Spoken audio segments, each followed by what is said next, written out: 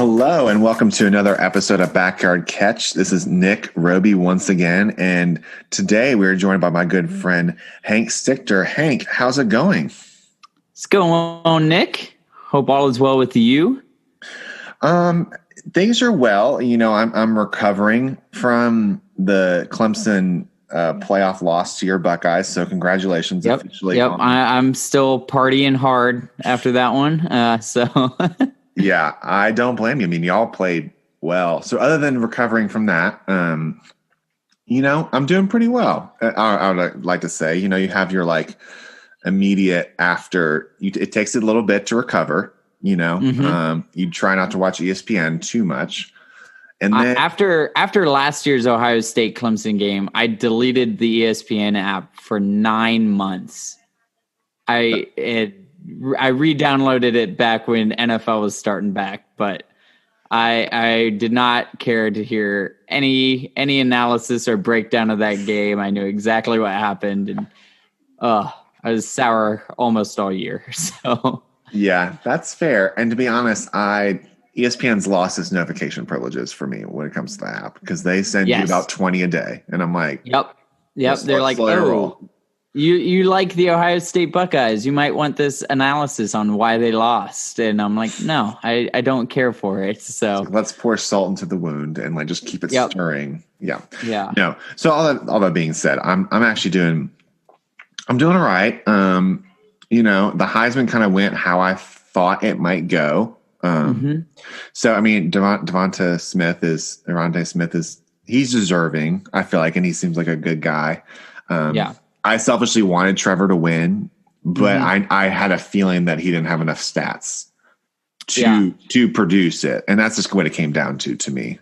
Yeah. And that's the thing with the Heisman is it doesn't necessarily go to the most talented player in college football, which I felt like was Trevor Lawrence this year. But it'll go to the person who has proven themselves the most, like statistically and on the field. And Trevor, having missed 2 games this season, I think had it not been for those, I think he could have won. But I was honestly just excited to see it go to a receiver.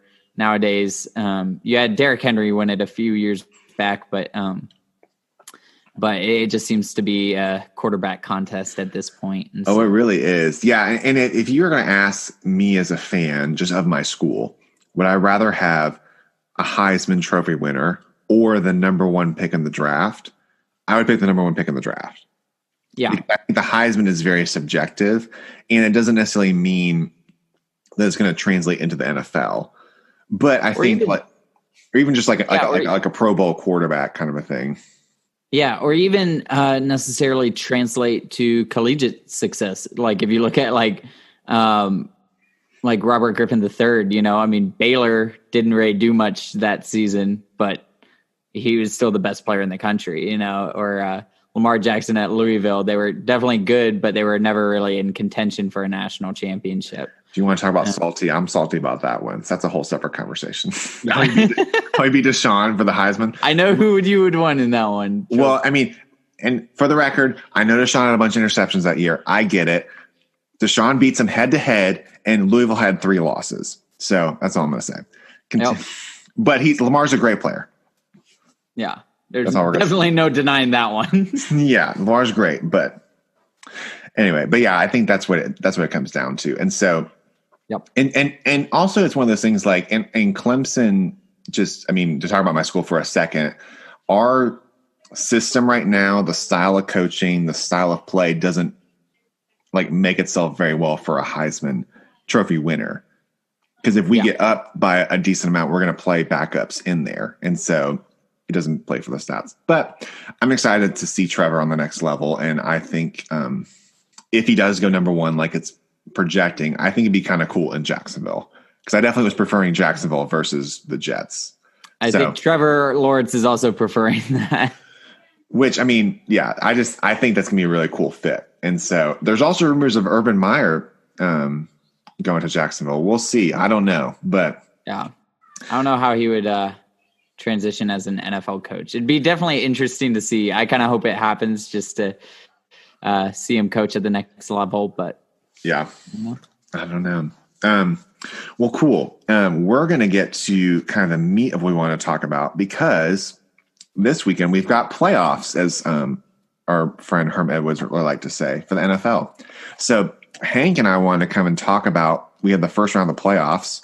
And what's really fun about this year is we actually have an extra playoff team in each conference. So there's 7 on each side, instead of the typical, we have 6 teams from each conference, and the top 2 have a first round bye.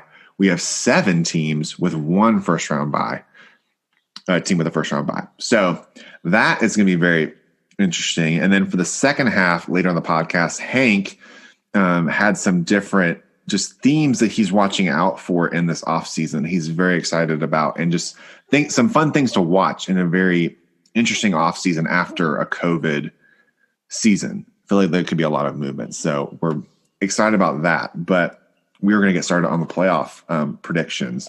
So Hank, you ready? Oh yeah. So what we're going to do is we're going to go through in each conference and kind of set up the matchup, and then we're going to talk about each game individually. So they're all starting. We got some Saturday and Sunday games. So starting in the AFC, they're not playing this week, but we have the defending Super Bowl champion Chiefs with their first round bye. So they're kind of waiting. Just a quick note, that's what I'm interested to watch. Is it's very hard in the NFL. I almost would say maybe it could be the hardest league to repeat, just with so many injuries and changes and things. So it'd be really interested to see if the Chiefs could repeat, because even they look so dynamic again on offense. But yeah. So here they're there. Yeah. I definitely agree with that. I mean, it is hard to repeat. This Chiefs team has looked pretty untouchable outside of that one just got outlier with the Raiders game. But I mean, outside of that, they have been pretty unstoppable for yet another year. Yeah. What'll probably be another one of many years for them. So yeah, well, at least while they're, at least they're paying Mahomes like that for a long time. So I hope for their sake. Cool. So what we're looking at, those the matchups before then. So we've got the 4 seeds Titans. We're going to start with that. The 4 seed Titans are hosting the 5th seed Lamar Jackson led Ravens. It looks like the Ravens are a 3.5 point favorite, even though they're on the road. However, Lamar Jackson has never won a playoff game in his career. He is 0-2. So, Hank, what are you looking to watch in this game? I'm looking to see if the Ravens can maybe come back in this one. I know it's interesting because I almost consider them underdogs, even though they're the points favorite. If you just look at it, like they lost in the regular season to the Titans. Last year's playoff loss was to the Titans. And then obviously Lamar Jackson, just like you said, is 0-2 in the playoffs. And so I feel like there's a lot of history stacked against them in this game, even though maybe from a talent perspective, they are the better team. And so I'd be curious to see the Titans defense, I think, is going to be the key in this one. Jackson's just been on a tear the last few games leading into the playoffs, and is just one of the hottest players in the NFL right now.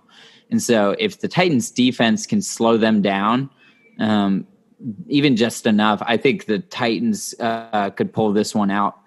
But I think overall the Ravens are the better team and looking like one of the hottest teams in the NFL. And so I'd say they take this one. But if the Titans defense is up for the challenge, then I could easily see this swinging the Titans' way, especially with this game being played in Tennessee. So very interesting. Because when I look at this game, I think it's one of the closer spread picks. So I mean, naturally, if there's no favorite, like the home team's going to get a field goal 3-point favorite. That's usually pretty average. So for the Ravens to be 3.5 on the road means that they're the hot team. However, I feel like Tennessee's pretty strong coming into this. And when you think about, I mean, Derrick Henry had led the league in carries and rushing yards, had over 2,000 yards. I think Tannehill and A.J. Brown is having another great year. You've got a couple weapons outside.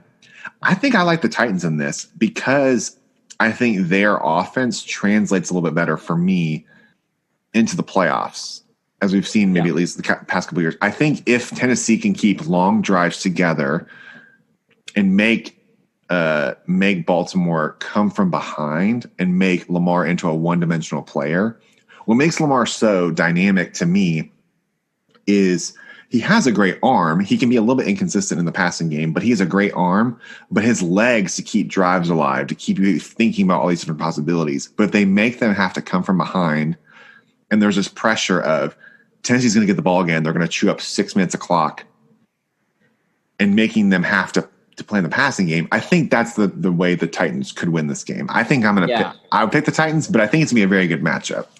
Yeah, and that's kind of why I mentioned the Titans' defenses. I have no concerns about their offense whatsoever. They're a phenomenal offense, and like you said, I think another big thing to see is like if the Titans jump out to a lead, it's going to be really hard for the Ravens to kind of come back from that. Obviously, we did see the Chiefs do it last year in the playoffs,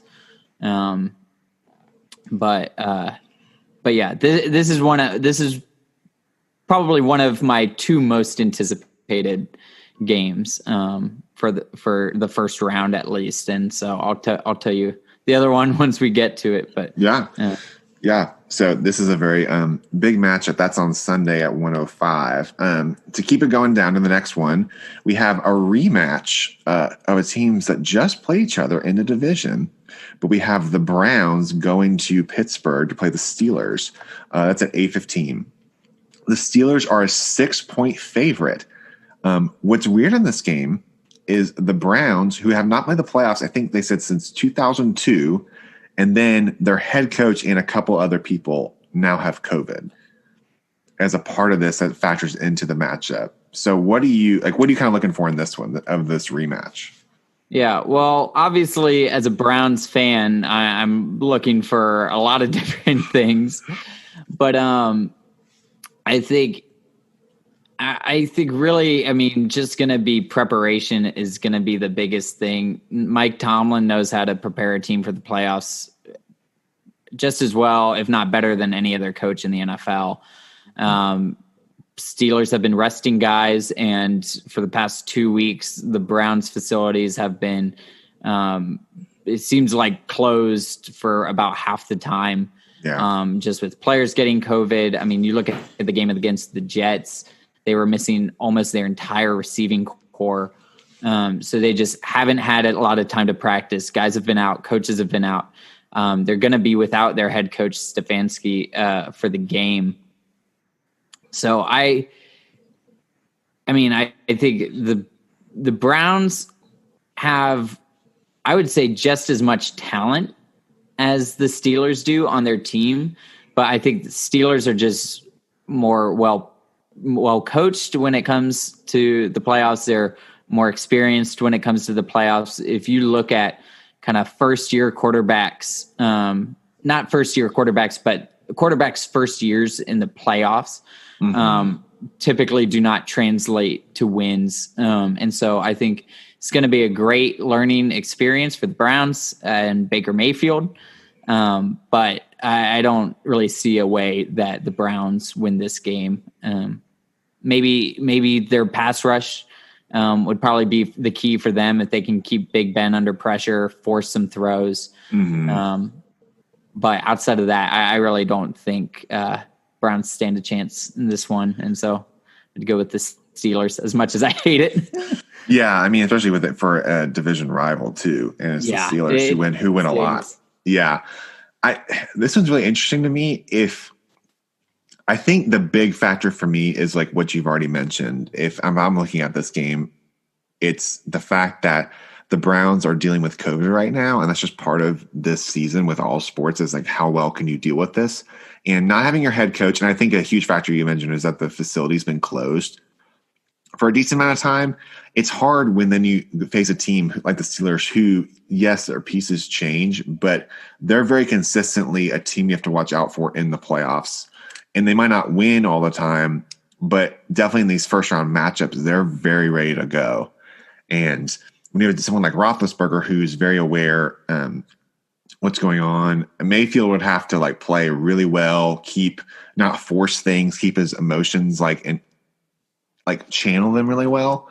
I think the Browns would have to jump on top very fast and then make the Steelers play catch up and then force them to try to play the passing game. But Juju Smith-Schuster's a great receiver, and I don't know. I see him going off a little bit in this game, and I'm very excited for the Browns to be in the playoffs. I think it's great, but I think it's just a little bit too much this first time.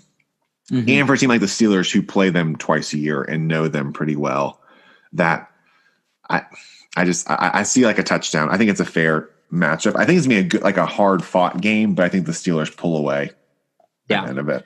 Yeah. I think if the Browns come and they've prepared well, I think it could be a good game. But I don't think they've had the time to practice and prep for a team like the Steelers on a stage like this. So yeah, I think it's very fair.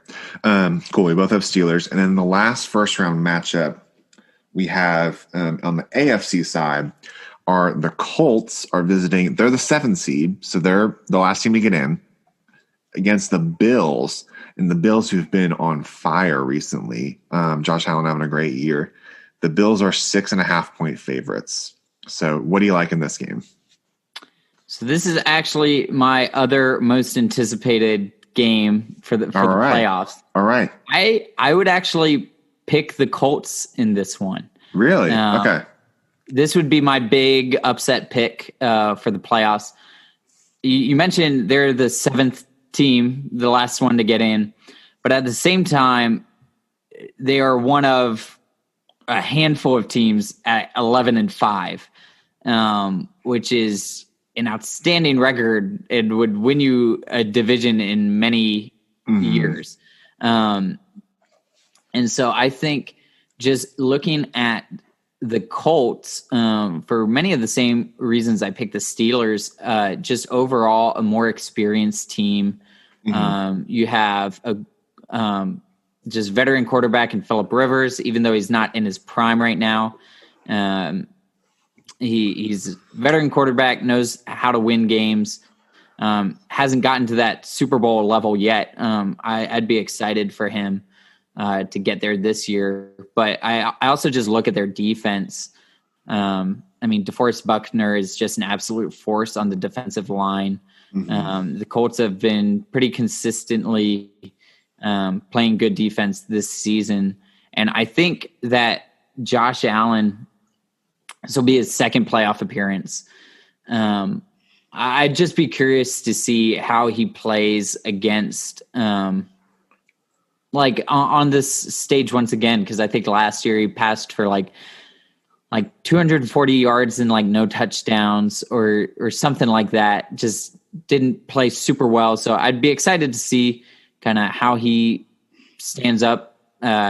If he can step up to the competition in the playoffs this season. And the Bills absolutely are one of the best teams in the regular season. They've been playing like it, especially the past few weeks. I don't want to take away from them at all in that. But kind of if you look at their past 6 games, they played the Dolphins, Patriots, Broncos. They played the Steelers, but then the 49ers and Chargers. And so while they're one of the hottest teams to end the season, there was not a whole lot of kind of quality teams in that kind of bunch. Only one out of the last 6 games were playoff teams. And so I'd be curious to see kind of how they live up to a very good Indianapolis Colts team. Obviously, they have the home field advantage, but I'd probably pick the Colts in this one. Interesting. Yeah. I think there's some interesting factors with this. I was also looking up, just since it's Buffalo, I feel like if it's a playoff game, I was just expecting to be snowing.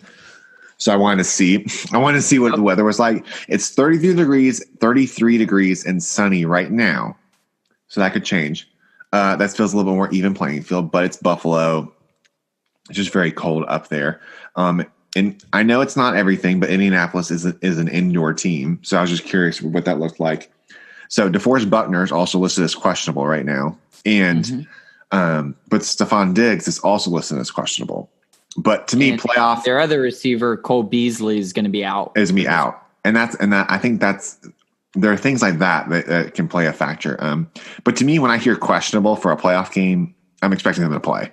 That I'm not as concerned about. I think it's going to be a very close game. I think I just have to go with the Bills just because they've been so hot that they'll make some plays. And the fact that this is at Buffalo, if it was reversed, I might lean towards Indianapolis, but I think the Bills just have too much right now. And Stephon Diggs is playing super well. I don't know if they represent the AFC, however. They've had a great year, but I don't know if they have everything like that. But this first round, I just think and they have a strong defense. Josh Allen just feels like a different quarterback even than a year ago. I don't know. You don't always win games based on feeling, but just as I've watched him from afar, his the way he carries himself, he feels like he has more confidence in himself and just in the offense and another year under his belt. So I'm picking Bills, but Colts are very hot too, and a sneaky team that you don't want to sleep on for sure. Yeah, I think another factor in this one is going to be the running back play for both teams. Jonathan Taylor has looked about as good as anyone not named Derrick Henry in this final stretch of the season at the running back position. And so it's another one of those games, if Colts can jump out to the lead, they can potentially just run some clock with Jonathan Taylor. And then on the flip side, honestly, Josh Allen, even though he's not the leading rusher for the Bills, he's looked like the best rusher on the Bills team through periods of the season. And so if they can get Devin Singletary and Zach Moss kind of more active and just helping them open up the passing game a little more and potentially run some clock if they do get up, then I could see them winning, but I just don't think they have the talent at that running back position to do that. And so that's another kind of big factor offensively for both teams that I'd be curious to watch. No, I'm glad you said that because I think the running game plays an important part for both teams. But Jonathan Taylor, you're right, has had a great year. And I think that's and running travels well. If you can run the ball in the playoffs, that travels really well. And the trick for Indianapolis is can they make Buffalo one-dimensional and force Josh Allen to start forcing throws? And if they can start doing that and control the clock, then I think it's the same way as Tennessee would win, is that if they can be in control of the line of scrimmage, then I think they have a really good chance to win. So that's it for the first round. We can kind of the AFC. In the AFC, yes. In the AFC, of course. Moving on to the NFC, we have 3 matchups. I also want to mention we have the Green Bay Packers, who are the 1 seed right now, looking very strong. Aaron Rodgers could very well end up with another MVP this year. Hank's shaking his head no, but he is one of the leading candidates. I know he is, yes. And then I would be so sad if Derrick Henry does not win MVP. It's the same situation as the Heisman. I feel like MVP has kind of turned into a quarterback contest. Sure. Yeah. It is absolutely the most important position in football, but just the historic season that Derrick Henry has had, it's one of the top 9 running back seasons of all time. I mean, he has, if you look at the Titans offense, I mean, he is the leader of that offense at a position that's not quarterback, which is incredible. Especially in this day and age where he's a running back that doesn't really catch much out of the backfield. No, it's insane that he is productive as he is in the current state of the NFL right now.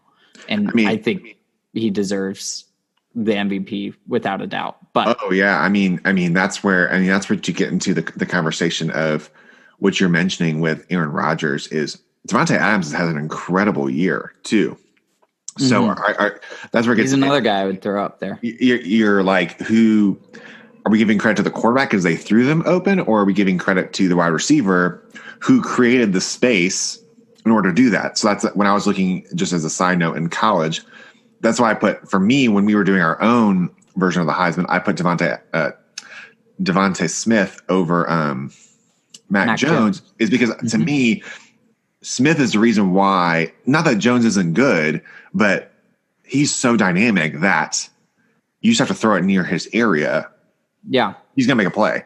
So that's why, that's the question you have to ask. And for Tennessee, like, for how much everybody knows that in this playoff game, Derrick Henry is going to get between 25 and 30 carries. They're going to shove it down your throat, and they're going to do some play action passes to like Brown and people on the outside just to shake it up. You know what they're going to do, and they're going to do it well.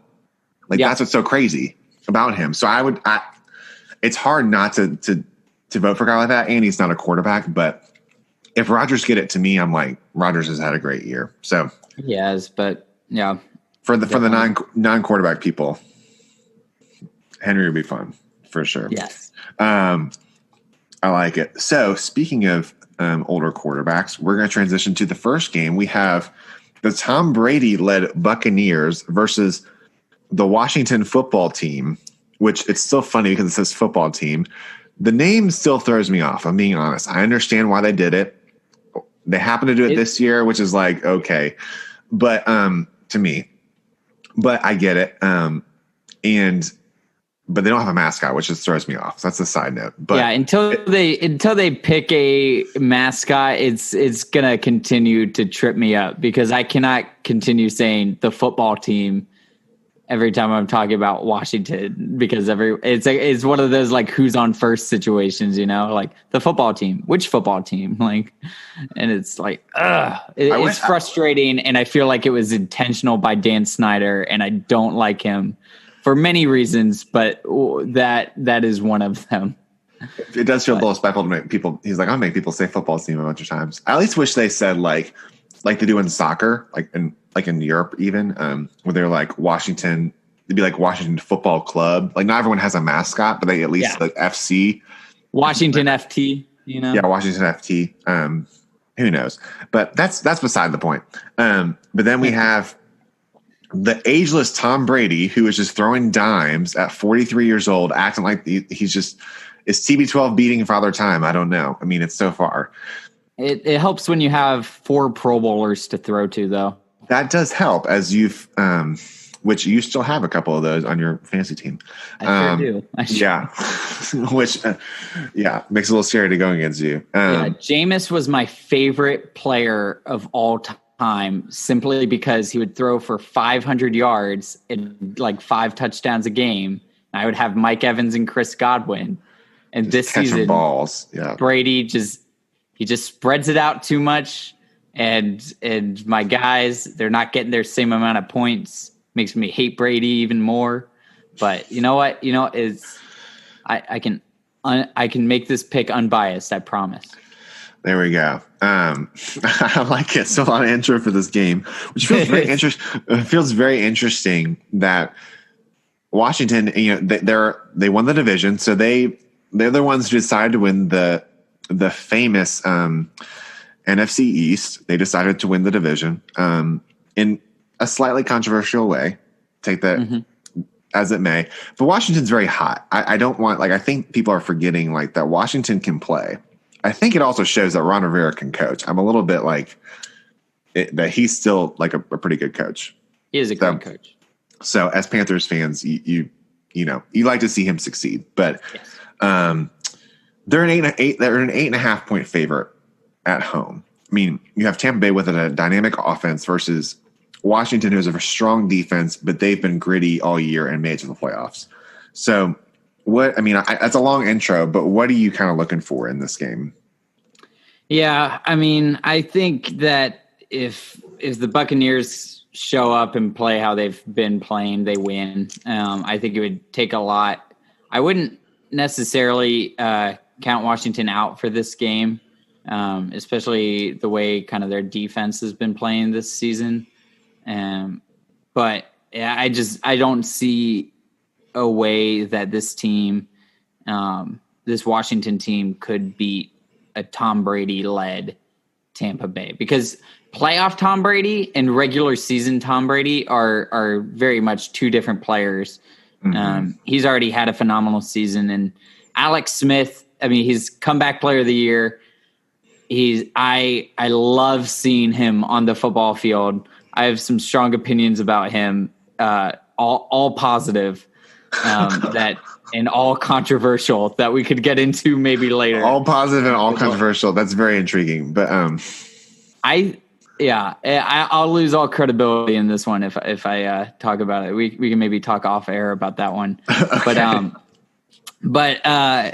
But he is not playing at the same level he has played throughout his career. You know, he has had a relatively poor showing so far. I mean, I think his QBR is like 36 something or around there. And so love seeing him on the field, but I don't see him leading Washington to a win in this game. I think if they stand a chance, it's going to be with their defense. I love Chase Young calling out that he wants Brady. I would love for just a Buckeye to hit the heck out of Brady. But yeah, Buccaneers win this fairly easy, I think. Yeah, I mean, Washington's a great story. I think in all the hectic that was the NFC East, it's kind of fun that they came from just a poor start and came and won. And Coach Rivera is beating cancer this year.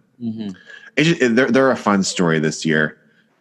Buccaneers are winning by 2 touchdowns. I mean, it's just they're too dynamic on offense, I think. And Brady can prepare, and Tampa Bay just feels kind of hungry too of making some moves. And they're a much different team right now than they were at the beginning of the year. So absolutely. I think it's they're only 2 like semi recent losses were to the Chiefs and the Rams by like 3 points each, you know. And so, I mean, yeah, it's the Buccaneers. It's the Buccaneers. Speaking of the Rams, they're the next playoff matchup on Saturday. We have the Rams traveling to Seattle, facing the Seahawks. The Seahawks are a 3.5-point favorite. What are you looking for in this one? This is going to be a great game. This is the best NFC matchup by a lot, I think. But I'm really just kind of going to be looking for a good game in this one. I think it's going